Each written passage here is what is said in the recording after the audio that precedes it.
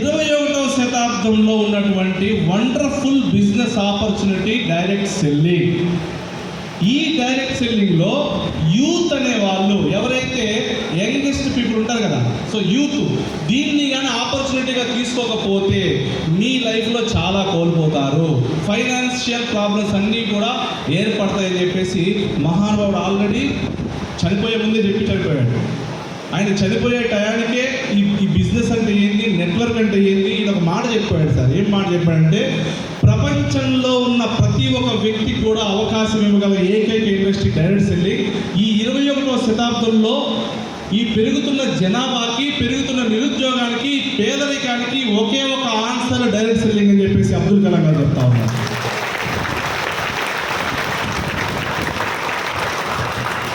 So ఇంకొక ఆయన Robert Kiyosaki, ఏం తెలుసా?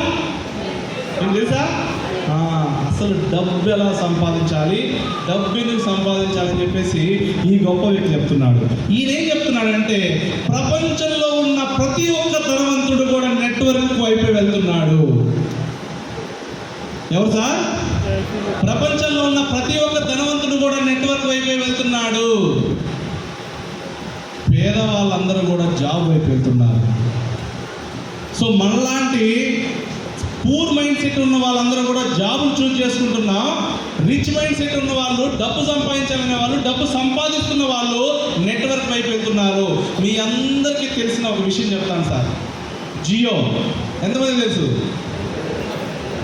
ఆల్మోస్ట్ అందరూ జియో సిమ్మే. కోటప్పంలో ఎయిర్టెల్ వాడతారని చెప్పి చాలామంది ఎయిర్టెల్ పనిచేస్తే తెచ్చుకున్నారు, కానీ 100కి 70 to 80% పీపుల్ జియోకి వెళ్ళారా లేదా? జియో కంటే ముందు నెట్వర్క్ ఎయిర్టెల్ ఉందా లేదా? ఐడియా ఉందా లేదా? వోడాఫోన్ ఉందా లేదా? మరి ఇన్ని నెట్వర్క్లు ఉండగా మీరందరూ జియోకి ఎందుకు వెళ్ళారు? ఎందుకు వెళ్ళారు సార్? అతను ఏం చేశారంటే, నాకు నెట్వర్క్ అవసరం కాబట్టి, నేను నెట్వర్క్ క్రియేట్ చేసుకోవాలి కాబట్టి, నెట్వర్క్ని క్రియేట్ చేసుకోవడం కోసము నెట్వర్క్కి ఫ్రీగా సిమ్ములు ఇచ్చాడా లేదా? ఫ్రీగా మొబైల్ ఏంటది డేటా ఇచ్చాడు మిమ్మల్ని అందరినీ. సో ఇంక్లూడింగ్ మీ, నాతో కూడా అందరినీ అలవాటు చేసి ఒక 1 year తర్వాత ఇక రీఛార్జ్ చేయను బాబు అన్నాడు. అన్నాడా లేదా? ఇక మనమేమనుకున్నామంటే, ఈ 1 year ఎలాగో వాడాం కదా, అప్పుడు పోర్టబుల్ వచ్చాం కదా, ఎయిర్టెల్ నుంచి జియో, ఐడియా నుంచి జియో, వోడాఫోన్ నుంచి జియో, అన్ని నెట్వర్క్ నుంచి జియో తీసేసుకున్నారు అందరూ. ఇప్పుడు అందరూ జియోకి వచ్చారు.